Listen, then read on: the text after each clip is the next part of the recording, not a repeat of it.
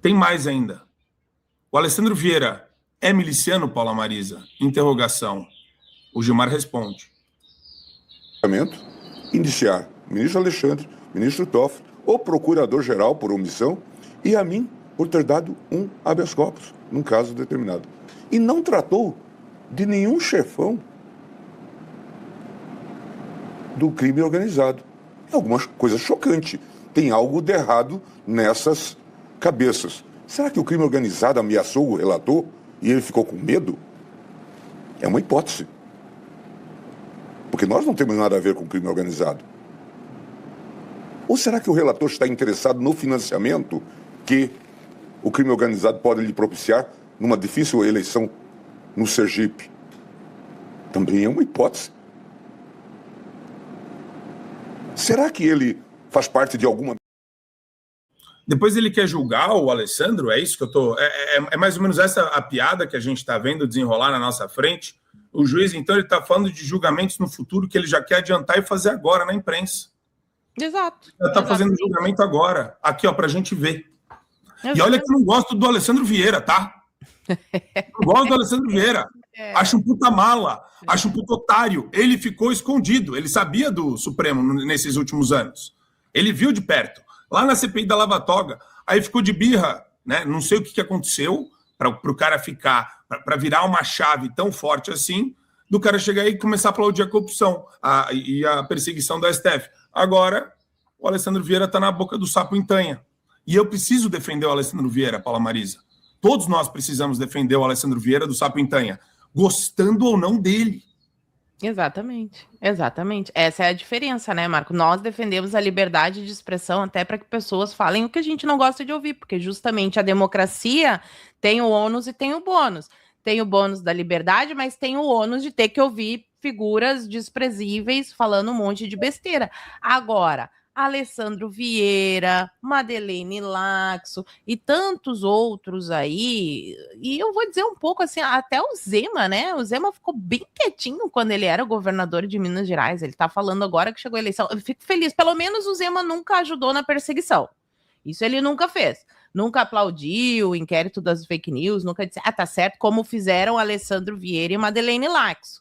Mas o Zema também ficou neutro. Agora, isso daí a gente precisa ler talvez em uma camada mais profunda. Pessoas que estavam caladas e agora se insurgem contra a juristocracia. Pessoas que estavam aplaudindo os ministros e agora são perseguidas por justamente falar a respeito dessa ditadura do STF, né? O caso aí do senador Alessandro Vieira, justamente num período eleitoral. Quando saem pesquisas e mais pesquisas mostrando que a população está vendo o que está acontecendo, a população já via lá atrás, Marco.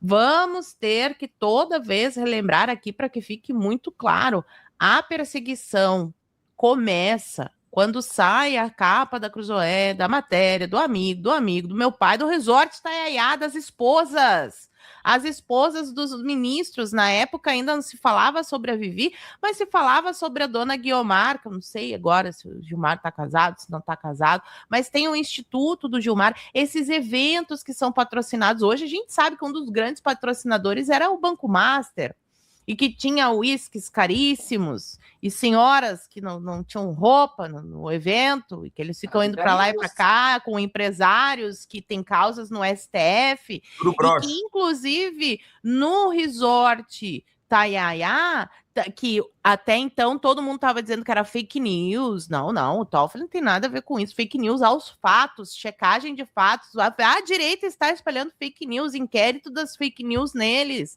Hoje, o Toffoli admite, pois é, talvez, quem sabe eu tenha realmente, né, a ligação, mas não tem nada de ilícito.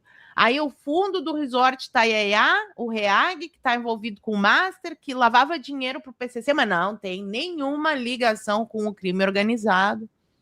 Vindo, muitas vezes, de uma militância esquerdista que sempre fala que a gente não deve punir as pessoas da comunidade, agora não pode falar nem favela, né? Até isso eles fazem com as falar, não pode. Porque a polícia só prende quem é dessa cor, quem é daquela cor, quem tem tanto de dinheiro na conta bancária, precisa investigar a chefia, o alto escalão, o colarinho branco. Mas não foi isso que a CPI do crime organizado fez? Indiciou a galera do alto escalão? do colarinho branco? Ou a gente não pode falar também sobre os habeas corpus de chefões do PCC, devolução de bens? Tem um caso em que a polícia fez apreensão de veículos de luxo e tudo mais, e que agora eles podem utilizar esse recurso para a própria polícia depois, teve que devolver helicóptero para traficante.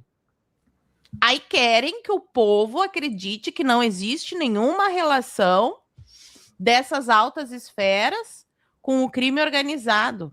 E aí, quem realmente sabe o tamanho da merdosfera em que estamos enfiados, Marco, o pessoal sabe qual que é a origem do crime organizado, e que eu já falei diversas milhões de milhares de vezes que o comando é vermelho. E ele é vermelho, não é por acaso. É o mesmo vermelho do comunismo, que surgiu quando os militares positivistas foram um governo de direita. Não existe isso. Pelo menos hoje a direita saiu desse ranço de milico. Eles entenderam essa parte. Naquela época, os militares pensaram assim: nossa, que boa ideia, vamos colocar os presos comuns e os presos políticos no mesmo presídio. Aí os presos políticos deram a aulinha para os presos comuns. Eu estou contando aqui como se eu estivesse explicando uma criança de 5 anos, que é para ver se todo mundo entende. Deram a aulinha de como aqueles criminosos poderiam se organizar. E surge a primeira organização criminosa realmente organizada do Brasil, que é o Comando Vermelho. Então, não é que existe uma ligação entre essas duas coisas. Elas são partes da mesma engrenagem. O Brasil é um narco-estado. E é isso que nós precisamos combater. Marco Antônio. E eu quero aproveitar, Adriles, tem mais 2 trechos do Gilmar que são ótimos para entender a psique dele. Vamos jogar aqui para você. As 2 comissões caminharam para as investigações do Banco Master. Essa perda de objetivo é ruim para o país? Isso mostra, talvez, um certo déficit de organização do próprio sistema político. Está faltando alguém com maturidade, aquilo que a gente no passado dizia, está faltando adulto na sala, que diga, não vamos por aí. Não é esse o caminho. Não vamos perverter as instituições. Pode-se, tem até um pedido de investigação do próprio Banco Master, que se faça, que se instale uma CPI. Agora, o assunto também já está sendo investigado pela Polícia Federal, submetido ao Supremo Tribunal Federal, portanto, a rigor, poder-se-ia fazer até uma investigação. Agora, e é importante que a presidência do Congresso, a presidência do Senado, a presidência da Câmara e a presidência das comissões zelem por isso, para evitar esses desdobramentos. Porque, claro, como vocês sabem, as pessoas lá chegam e vão compor a CPI. E eles deixam de ser no-name, muitas vezes, pessoas que nós nem sabemos quem são, e se tornam, daqui a pouco, figuras performáticas, são conhecidos na rua. Um Zé Ninguém que... Tem mais um. Tem mais um que é muito bom também. Você vê o tamanho do ego do bicho. Vamos lá. Tem tanta qualidade, e não só por conta dos seus componentes atuais, mas por força de uma institucionalidade que vem lá de trás. De vez em quando, eu fico com a impressão que alguns espíritos andam lá pelo tribunal. Bons espíritos.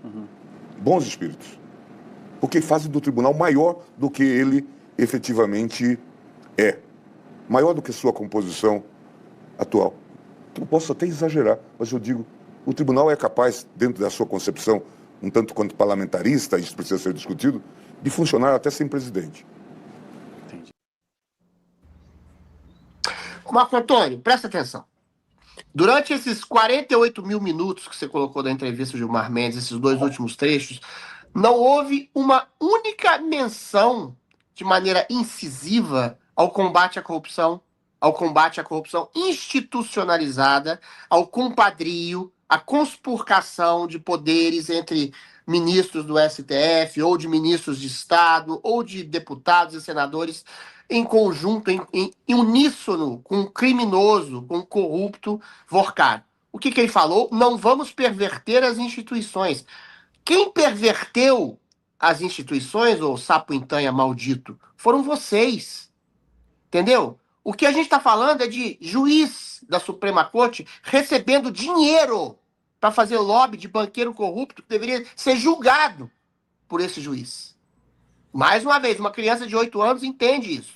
Uma criança de 8 anos entende que mulher de juiz recebendo dinheiro para fazer lobby de um banqueiro corrupto investigado é errado.